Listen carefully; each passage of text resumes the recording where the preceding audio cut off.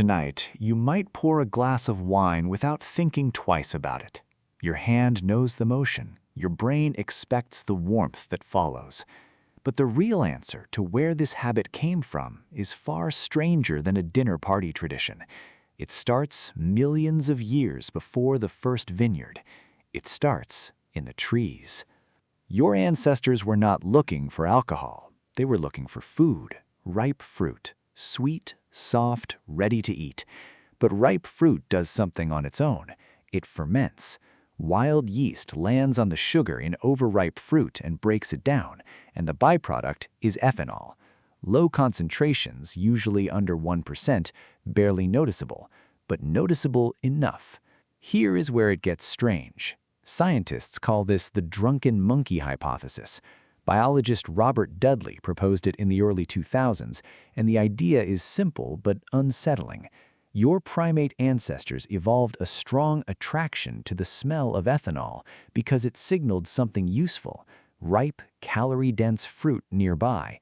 The alcohol itself was not the goal. It was a marker, a flag in the air saying food is here and it is ready. Why does this matter for you? Because the gene that breaks down alcohol in your liver, called ADH4, changed about 10 million years ago in the common ancestor of humans, chimpanzees, and gorillas. That mutation made the enzyme 40 times more efficient at metabolizing ethanol. Before that mutation, alcohol was mostly toxic and unpleasant to early primates. After it, your ancestors could eat fermented fruit off the forest floor without getting sick. Some researchers believe this was the moment your lineage shifted from living mostly in trees to spending more time on the ground, where fallen, fermenting fruit was abundant. Think about that for a moment. The ability to process alcohol may have helped shape where your ancestors lived, not because they wanted to get drunk, because they wanted to eat without dying. So the body's relationship with alcohol is not new. It is ancient. It is written into your enzymes. But there is a difference between accidentally eating fermented fruit and deliberately making alcohol. When did that begin? The oldest confirmed evidence comes from China. At a site called Jiahu in Henan Province, archaeologist Patrick McGovern and his team found pottery residue dating back roughly 9,000 years. Chemical analysis revealed a mixed fermented beverage made from rice, honey, and hawthorn fruit or grapes. This was not a happy accident. This was a recipe. Someone combined ingredients on purpose, let them sit, and understood that the result was worth repeating. 9,000 years sounds old. It is old, but it is not even close to the beginning. Some researchers argue that alcohol production may have been one of the original reasons humans started farming grain in the first place. This idea has a name, the beer before bread hypothesis.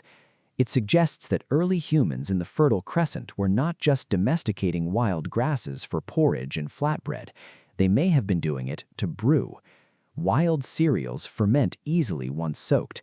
A small group sitting around a fire, noticing that soaked grain left in water for a few days produced something bubbly and mildly intoxicating, did not need writing or science to repeat the process. They only needed memory and motivation. And motivation may have run deeper than taste. Alcohol lowers inhibitions. It loosens social tension. Anthropologist Brian Hayden has argued that early fermented beverages were tied to feasting, to building alliances between groups, to cementing trust in a world where trust could mean survival. A shared drink was not just refreshment, it was a social contract sealed in something everyone's body responded to in the same predictable way. Here is the part that should unsettle you a little. Your craving for that warm, loosening feeling did not appear with civilization. It's older than agriculture, older than pottery. Older in some sense because it traces back to a smell drifting through a forest canopy millions of years before any humans stood upright. So why does a small amount of alcohol still feel good to you today? Because the reward pathway in your brain, the one built around dopamine, evolved to respond to anything that historically increased your chances of survival. Calorie-rich food, sex, social bonding. Alcohol, in small ancestral doses, was tangled up with all three. It signaled food, It encouraged social closeness. Your brain rewards you for engaging with it because, for an enormous stretch of evolutionary time, doing so was a reasonable bet. But evolution did not prepare you for distilled spirits.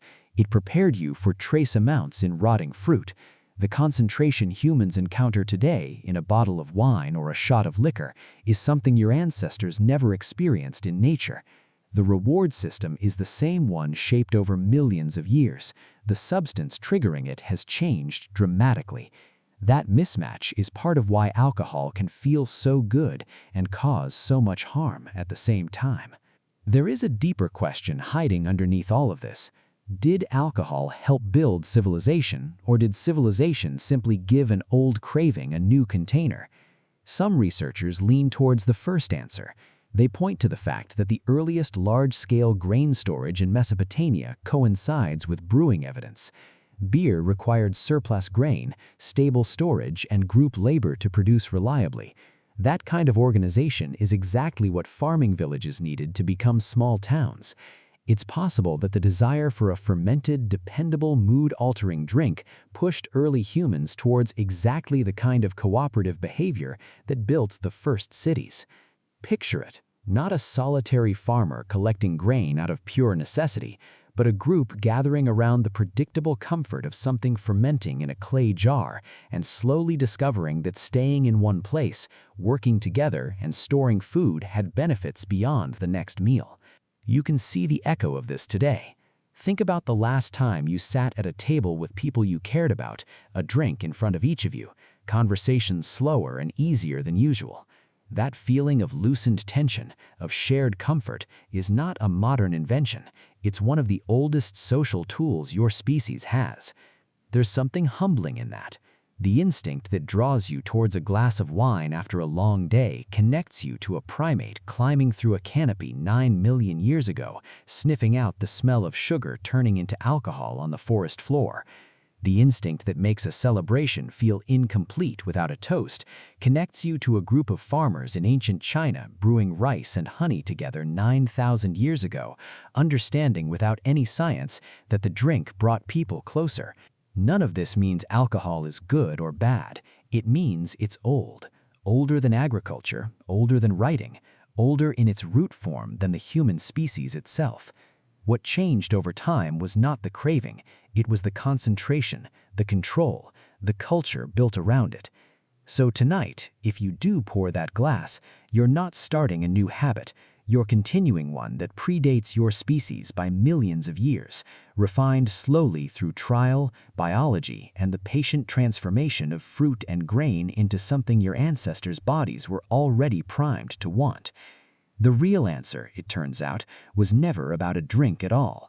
It was about a smell in a forest millions of years old, still calling to something inside you tonight.